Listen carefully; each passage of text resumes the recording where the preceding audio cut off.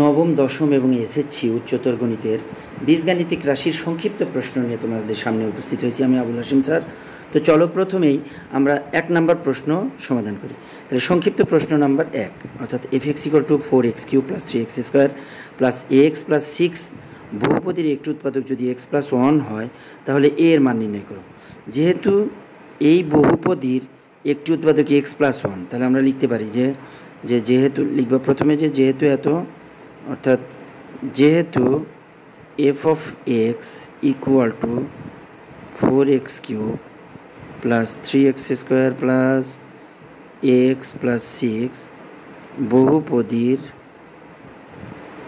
একটি উৎপাদক x + 1, সুতরাং f(-1) = 0।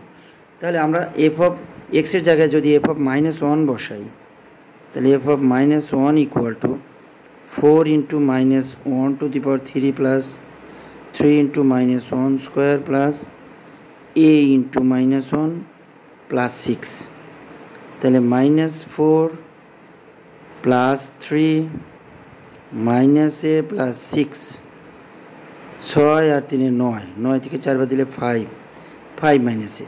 তাহলে যেহেতু f(-1) = 0, যেহেতু f(-1) = 0, সুতরাং আমরা লিখতে পারি 5 - a = 0, অর্থাৎ -a = -5, therefore a = 5. This is the required answer. তাহলে a = 5 হলো আমাদের required answer.